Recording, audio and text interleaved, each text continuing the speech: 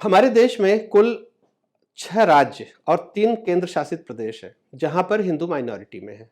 लेकिन उनको कोई भी माइनॉरिटी राइट नहीं है, क्योंकि ये डिफाइन नहीं किया गया है कि जो माइनॉरिटीज़ होंगे यानी अल्पसंख्यक होंगे, वो देश के स्तर पर डिफाइन होंगे या राज्य के स्तर पर डिफाइन होंगे। अब आप ऐसे इस चीज़ को समझिए।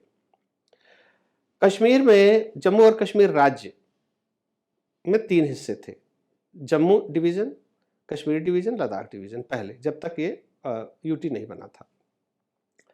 इसमें जम्मू डिवीज़न में हिंदू ज़्यादा थे, कश्मीर डिवीज़न में मुस्लिम ज़्यादा थे और लद्दाख डिवीज़न में बुद्धिस्ट ज़्यादा थे।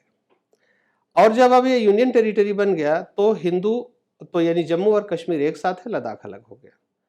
कश्मीर घाटी में इस समय हिंदुओं की जनसंख्या 1% से कम है और मुसलमानों की जनसंख्या 99% है, 1% में बाकी सब है।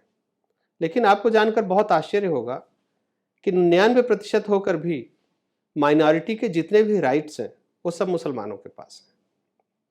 ये कौन सा न्याय है और ये कौन सा संविधान है?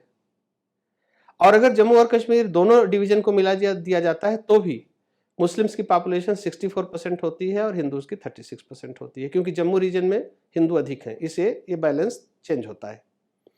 उसके बाद भी अगर मुसलमानों को वहाँ पे माइनॉरिटी राइट दिया जाता है, उनकी जितने भी स्कॉलरशिप्स हैं मुसलमानों को जाती है, माइनॉरिटीज़ के लिए जितने इंस्टीट्यूशंस हैं मुस्लिम्स के पास हैं। हिंदू संस्कृति ऑलमोस्ट वहाँ से खत्म कर दी गई, लेकिन हिंदू अपने educational institutions, religious educational institution नहीं चला सकते, जैसे मदरसे चल रहे हैं। तो ये संविधान जब अपने ही नागरिकों के साथ इतना बड़ा भेदभाव करने लगे तो ये आवश्यक है कि संविधान में संशोधन हो और कानून को बदला जाए। इसीलिए हमने कहा कि माइनॉरिटीज़ को डिफाइन किया जाना चाहिए। अब माइनॉरिटी कौन है, इसको जरा संवैधानिक दृष्टि से देखते हैं। सेक्शन 2 जो है क्लास सी में नेशनल कमीशन माइनॉरिटीज एक्ट का प्राविधान किया। उसके नेशनल कमीशन फॉर माइनॉरिटीज के सेक्शन 2C में डिफाइन किया गया है कि माइनॉरिटीज कौन है। और सबसे अचरज की बात यह है कि उसमें जो माइनॉरिटीज कमीशन है उसमें एक भी हिंदू नहीं है।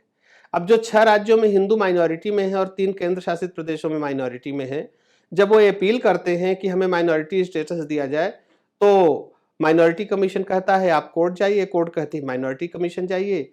ये पिंग पोंग का खेल पिछले कितने सालों से चल रहा है, कोई रिस्पॉन्सिबिलिटी लेने को तैयार नहीं है। सुप्रीम कोर्ट बोलती है कि 3 महीने के अंदर डिफाइन करके बताओ, माइनॉरिटीज कमीशन कहता है कि ये डिसीजन सुप्रीम कोर्ट लेगा।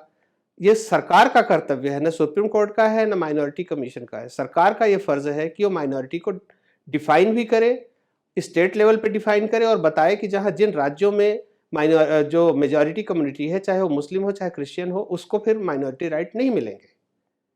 अब आज स्थिति क्या है हम आगे देखते हैं तो आपको जो बात स्पष्ट होगी। अभी आज की तारीख में हिंदू को छोड़कर सब माइनॉरिटी है। कौन कौन? मुस्लिम 22 करोड़ होकर माइनॉरिटी हैं, Christian minority, Buddhist minority, Sikh minority, जोरास्ट्रियंस Parsi minority, Jain minority. लेकिन अचरज की बात है जो सबसे छोटी कम्युनिटी है ज्यूज, वो माइनॉरिटी नहीं है। क्यों? उसका कारण ऐतिहासिक है और मैं उसको कहना नहीं चाहता, सबको समझ में आता है। क्योंकि माइनॉरिटी जो डिफाइन कर रहे हैं वो ज्यूज के दुश्मन है, तो माइनॉरिटी राइट नहीं देना चाहते हो ज्यूज को। एक छत्र राज्य चल रहा है, जैसे वक्फ बोर्ड में जहां हाथ रख दिया वक्फ बोर्ड का नहीं कि ये हमारी जमीन है उसकी हो जाती है, वैसे जिसको बोलेंगे माइनॉरिटी वही माइनॉरिटी, जिसको बोलेंगे माइनॉरिटी नहीं हो माइनॉरिटी नहीं होगा। तो इसलिए संवैधानिक स्थिति को बदलना बहुत आवश्यक है।